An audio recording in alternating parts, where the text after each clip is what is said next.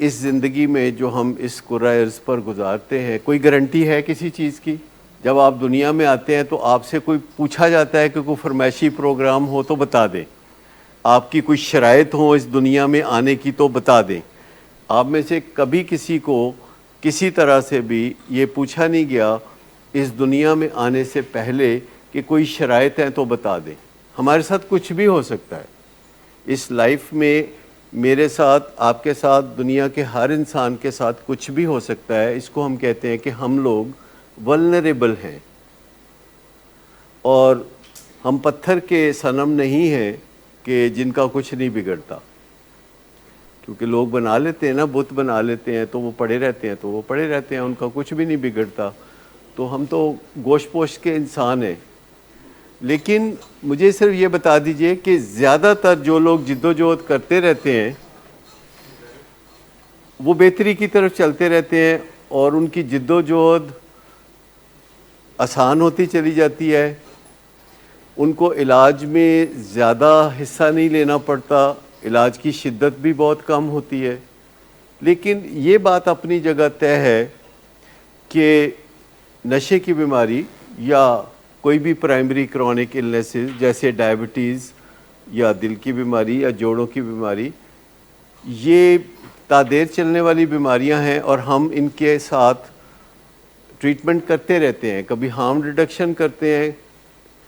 इन तमाम primary chronic बीमारियों में से जो तादेर चलती रहती हैं, अगर कोई किसी बीमारी का जो बेहतरीन रिज़ल्ट है तो वो नशे की बीमारी के इलाज का बेहतरीन रिज़ल्ट है कि जो लोग इसमें से निकल जाते हैं वो फिर नशे से कभी जान नहीं खोते, वो फिर किसी और ही तरीके से, किसी डिफरेंट तरीके से जान खोते हैं। लेकिन मुझे बताइए कि जो दिल का मरीज़ होता है आखिरकार वो कैसे जान खोता है बेहतरीन इलाज के बावजूद? अगर किसी कोई और बीमारी नहीं होती तो फिर वो हार्ट अटैक से ही मरेगा।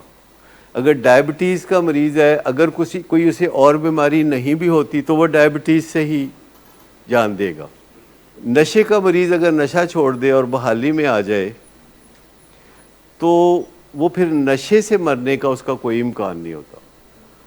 प्लस उसको बहुत सारी दीगर बीमारियां भी नहीं होंगी क्योंकि वो एंग्जाइटी से दूर हो चुका होगा, डिप्रेशन से दूर हो चुका होगा, उसके अंदर सेंस ऑफ ह्यूमर होगी, वो छोटी मोटी चीज़ों का फ़िक्र करना छोड़ चुका होगा। तो ज़्यादातर जो जिस्मानी बीमारियां हैं वो उससे बचा रहेगा क्योंकि वो ज़्यादा डिप्रेशन में नहीं जाता, वो एंग्जाइटी में नहीं जाता, वो ग्रेटिट्यूड सीख लेता है, वो डे टू डे जीना सीख लेता है, वो ज़िंदगी का वर्स्ट पहलू देख चुका होता है। नशे की बीमारी के दौरान रिकवरी से पहले वो ज़िंदगी का बदतरीन ज़माना देख चुका होता है। इससे ज़्यादा बदतरीन ज़माना और उसने क्या आप देखना है?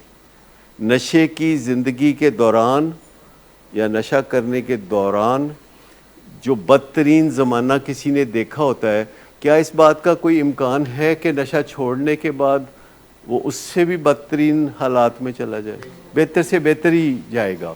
तो प्राइमरी क्रॉनिक इलनेसेस में से वाहिद बीमारी जो अच्छे इलाज के बाद इंसान को इस तरह संवरने का मौका देती है, सुधरने का मौका देती है कि फिर वो इस बीमारी से नहीं मरता, जबकि दीगर जितनी प्राइमरी क्रॉनिक प्रोग्रेसिव इलनेसेस हैं बंदा उन्हीं से मरेगा। अगर किसी को दमे की बीमारी है तो दमे से मरेगा, अगर ब्लड प्रेशर की बीमारी है तो दिल की बीमारी है तो फिर वो उससे मरेगा, डायबिटीज़ की है तो या उसकी कॉम्प्लिकेशन से मरेगा या डायबिटीज़ से मरेगा। तो उस लिहाज से प्राइमरी क्रॉनिक इलनेसेस में जो बीमारियों का इलाज है उसमें से सबसे कामयाब इलाज नशे की बीमारी का है कि वंस नशे की बीमारी से कोई निकल जाए, ना उसको कोई दवाइयाँ खाने की ज़रूरत है, ना उसको कोई खजल ख़राबी है जो कि पहले थी, ना वो ज़्यादा फ़िक्र करने वाला होता है, ना वो ज़्यादा गमज़दा होता है, वो सोबर हो जाता है। सोबर का मतलब क्या है जी? कभी कभी आप कहते हैं ना कि आपके ख़ानदान में कोई बंदा है जो जिसके बारे में आप कहते हैं सोबर है, मुदब्बर, तहम्मुल वाला, डिसेंट, ये सारे लफ्ज़ उसके लिए आप इस्तेमाल करेंगे। पर नशे की बीमारी से तो वो नहीं मरेगा।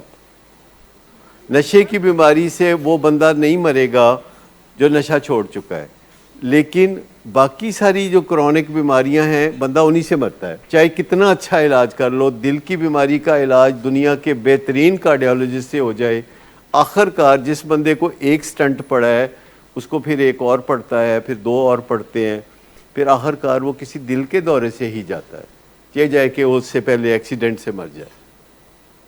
तो ये एक ऐसी बीमारी है जिसका इलाज समझने की ज़रूरत है, और उसमें पहलू ये है कि आप इसके इलाज को तर्क नहीं कर सकते।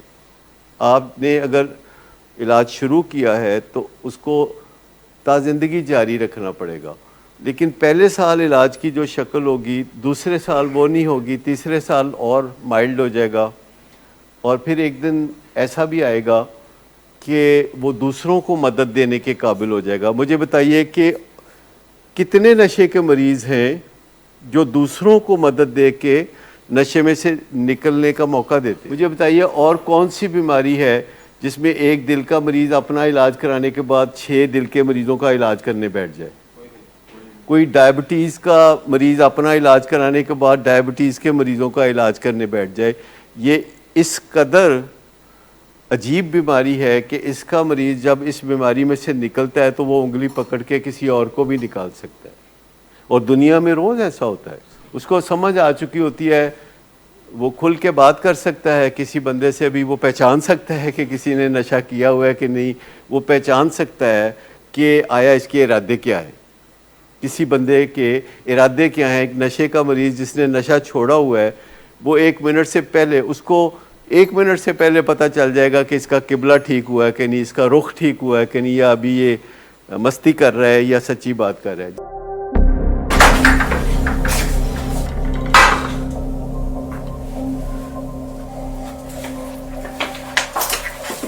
आज फिर पी कर आए हो?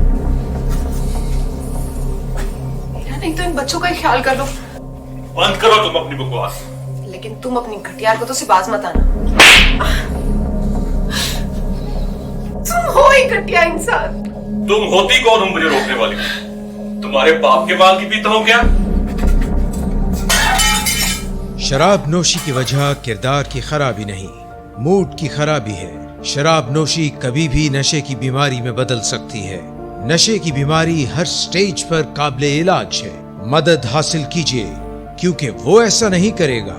विलिंग वेज से मदद हासिल कीजिए, कहीं से भी मदद हासिल कीजिए, लेकिन फौरी मदद हासिल कीजिए।